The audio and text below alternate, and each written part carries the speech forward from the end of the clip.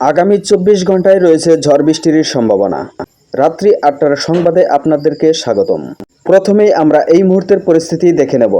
এই মুহূর্তে যদিও বাংলাদেশের সবকটি বিভাগেই পাতলা মেঘের আনাগোনা রয়েছে, যার কারণে কোথাও কোথাও এই মুহূর্তে হালকা পাতলা বৃষ্টি হচ্ছে, পরিমাণে খুবই কম। কিন্তু দুই বাংলার উত্তরবঙ্গে বজ্রগর্ভ মেঘ তৈরি হয়েছে।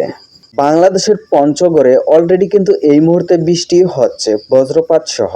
এছাড়াও পশ্চিমবঙ্গের উত্তরবঙ্গে শিলিগুড়ির আশপাশের অঞ্চলে, এছাড়াও আলিপুরদুয়ার হইতে গোয়ালপাড়া পর্যন্ত মেঘের বিস্তার লাভ করেছে। কয়েকটি খণ্ড খণ্ড মেঘের উপস্থিতি লক্ষ্য করা যাচ্ছে। বজ্রপাত সহ কিন্তু এই বৃষ্টিপাতের সম্ভাবনা, হালকা থেকে মাঝারি বৃষ্টিপাতের সম্ভাবনা। ক্রমশই এই মেঘ পূর্ব উত্তর দিকে অগ্রসর হচ্ছে। এছাড়াও ঠাকুরগাঁয়ের কিছু কিছু অঞ্চল এই মেঘের প্রভাবে কিন্তু বৃষ্টি হচ্ছে, সেই সাথে বজ্রপাত কিন্তু হচ্ছে। যদিও পশ্চিমবঙ্গের বাকি অঞ্চল প্রায় পরিষ্কার, কিছু কিছু অঞ্চল আংশিক মেঘলা রয়েছে। রাত্রি বাড়ার সাথে সাথে ক্রমশ মাঝরাতের দিকে আবারও কিন্তু মেঘ সৃষ্টি হওয়ার সম্ভাবনা রয়েছে, যার কারণে মাঝরাত থেকে আগামীকাল সোমবার দুপুরের মধ্যে প্রথম ধাপে রংপুর, ময়মনসিংহ, সিলেটের বেশ কিছু অঞ্চলে হালকা থেকে মাঝারি বৃষ্টিপাতের সম্ভাবনা রয়েছে। এছাড়াও ঢাকা, রাজশাহী, চট্টগ্রামের উত্তরাঞ্চলের কিছু কিছু অংশে শিলচর সহ এই বৃষ্টির আওতায় থাকার সম্ভাবনা রয়েছে।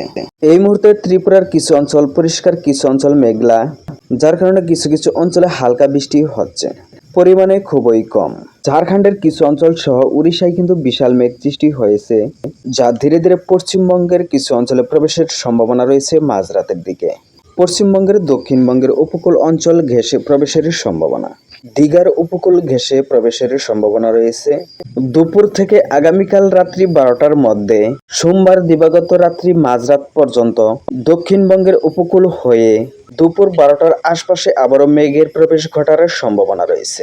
পশ্চিমবঙ্গের দক্ষিণবঙ্গের উপকূল অঞ্চল সহ বাংলাদেশের চট্টগ্রাম, খুলনা, বরিশাল ধীরে ধীরে এই মেঘ কিন্তু ঢাকা, ময়মনসিংহ, সিলেটে, রংপুরে প্রবেশের সম্ভাবনা রয়েছে। দুপুরে উপকূল অঞ্চল হয়ে প্রবেশের সম্ভাবনা, ধীরে ধীরে মধ্য অঞ্চল হয়ে উত্তরবঙ্গে প্রবেশের সম্ভাবনা রয়েছে, তবে অনেকটা হালকা হয়ে। উপকূল অঞ্চলে হালকা থেকে মাঝারি বৃষ্টিপাতের সম্ভাবনা, মধ্য অঞ্চলে হালকা পাতলা বৃষ্টি ঘটার সম্ভাবনা রয়েছে বজ্রপাত সহ। উত্তর অঞ্চলে অতি হালকা বৃষ্টি হতে পারে কিছু কিছু অংশে। এছাড়াও রাতের দিকে কিন্তু ফের নতুন করে বৃষ্টি পরিস্থিতি সৃষ্টি হওয়ার সম্ভাবনা রয়েছে উত্তরাঞ্চলে।